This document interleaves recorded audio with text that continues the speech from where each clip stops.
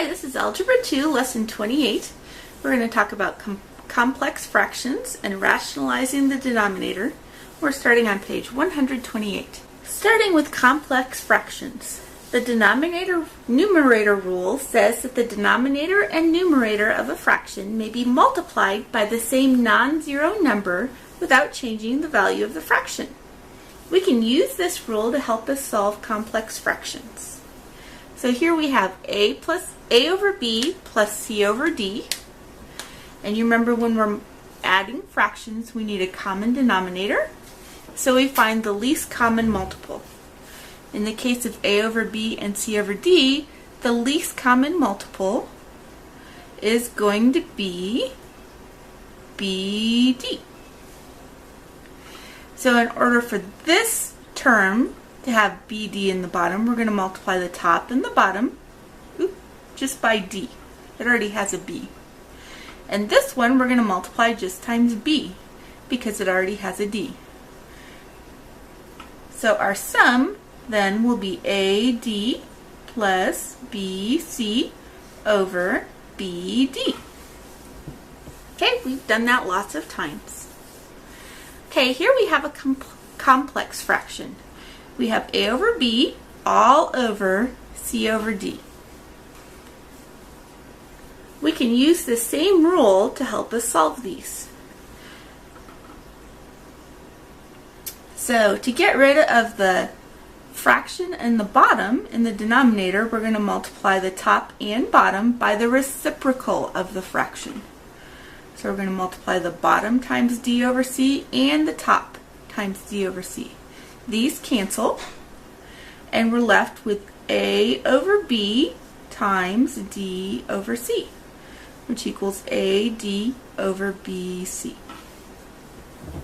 Okay? Let's try a slightly more complicated one. We have simplify a over b all over x plus y over b. So we're going to take care of this the same way. We're going to start by multiplying the reciprocal. So instead of x plus y over b, we'll have b over x plus y. Multiplied times the top and the bottom, because this is actually 1. If we had multiplied it just to the bottom, we'd be changing the value of this expression, but because we're multiplying it times the top and bottom, this equals 1, so we're not changing the value. Okay, these cancel. We're left with a over b times b over x plus y, and the b's will also cancel, which is convenient. And we're left with a over x plus y. Simplify a over a plus b all over c over a plus b. So to get rid of this fraction in the denominator, we're going to multiply both sides times the reciprocal. This cancels, and this is going to cancel with this. So that leaves us with a over c. Okay? You've done this before, that's just a little review. Let's move on to rationalizing the denominator. If we have a radical in the denominator at the end of our problem, before our answer is complete, we need to get rid of it. So we're going to start with square roots because they're the easiest radical to deal with. To simplify a fraction that has a square root in the denominator, we multiply the top and bottom by the radical. So if we have 4 over the square root of 7, if we multiply the top and bottom times the square root of 7, then on top we have 4 times the square root of 7. On the bottom we have the square root of 7 times the square root of 7, which just equals 7. Okay? Anytime we are doing problems with radicals, before your answer is done, we need all the radicals out of the denominators. Okay, let's do another one. simplify 3 over 2 times the square root of 5. The 2 can stay down here. We don't have any problems with the 2 being down here, but we need to get rid of this square root of 5 in the denominator. So we're going to multiply the top and bottom times the square root of 5. It's going to leave us with 3 times the square root of 5 over, we have 2, and the square root of 5 times the square root of 5 is 10. I mean 5, sorry. I'm jumping ahead. The square root of 5 times the square root of 5 is 5. And then to simplify this, we'll have 3 times the square root of 5 all over 10.